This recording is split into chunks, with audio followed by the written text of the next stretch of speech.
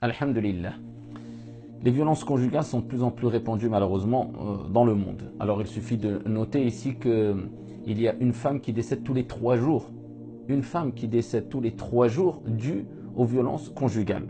Alors parler de meurtre, on le sait très bien, toutes et tous, hein, d'un point de vue général, eh bien, ça fait partie des plus grands et des plus graves délits. Et d'un point de vue religieux, eh bien, ça fait partie des plus grands et des plus graves des péchés.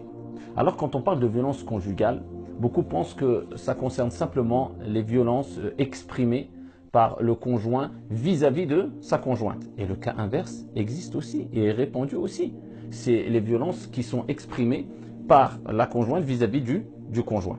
Alors beaucoup de personnes, quand on parle de ce sujet, se disent moi je ne suis pas concerné, je n'ai jamais frappé mon épouse ou l'épouse, je n'ai jamais frappé mon époux, Dieu merci, donc je ne suis pas concerné. Alors il faut savoir une chose, que les violences conjugales peuvent s'exprimer de différentes manières.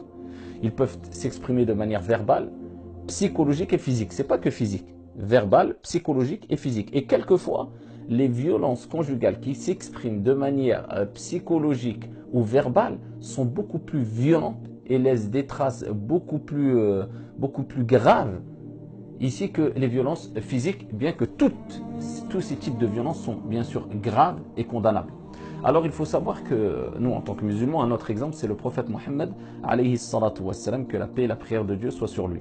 Alors Allah Jalla wa ala, notre Seigneur, dit dans le Saint-Coran, lorsqu'il parle du prophète Mohammed, لَقَدْ كَانَ لَكُمْ فِي رَسُولِ اللَّهِ أُسْوَةٌ حَسَنَةٌ. Vous avez certes dans le messager de Dieu un excellent exemple à suivre. Alors beaucoup pensent que suivre le prophète alayhi salam, c'est simplement ici le suivre à travers certains traits caractéristiques ou traits physiques qu'avait le prophète alayhi salatu wassalam. Ils ont oublié que ce qui nous importe le plus, bien que tout est important dans le suivi du prophète alayhi salam, c'est sa moralité, c'est son comportement et c'est ce qui a marqué les esprits à travers les siècles jusqu'aujourd'hui.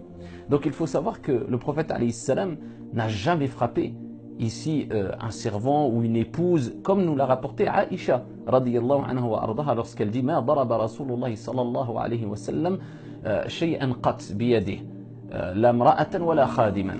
Il n'a jamais frappé, il n'a jamais levé, le prophète alayhi salam, sa main sur Aïcha, sur son épouse, sur un servant. Et ça, c'est l'exemple que nous devons suivre. Bien plus que cela.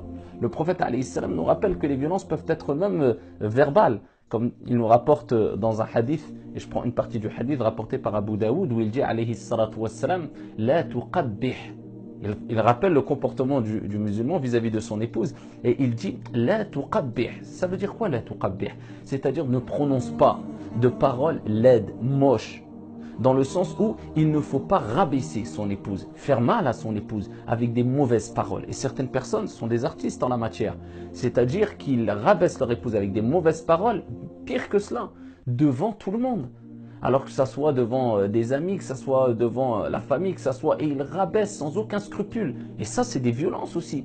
Et c'est des violences qui peuvent faire quelquefois beaucoup plus mal que des violences physiques. Donc c'est pour cela qu'il faut faire très attention à cela et savoir que ici de manière générale l'être humain doit s'écarter de tous ces types de violences. Mais là je m'adresse particulièrement à nos frères et sœurs musulmans et musulmanes, croyants et croyantes. Eh bien en tant que croyant il est catastrophique, il est grave, c'est gravissime le fait d'avoir recours à ce genre de violence physique, psychologique, verbale quand rien ne va dans un couple. Alors si on arrive à un stade où rien ne va plus dans le couple, de telle sorte que la femme, elle n'en peut plus, elle veut avoir recours à des violences particulièrement physiques, ou l'homme veut avoir recours à des violences physiques, mais stop, il faut arrêter là. C'est que ça y est, il faut pas en arriver là, il faut arrêter là. Eh bien, dans certains cas, le divorce peut être une solution. Bien sûr, c'est du cas par cas.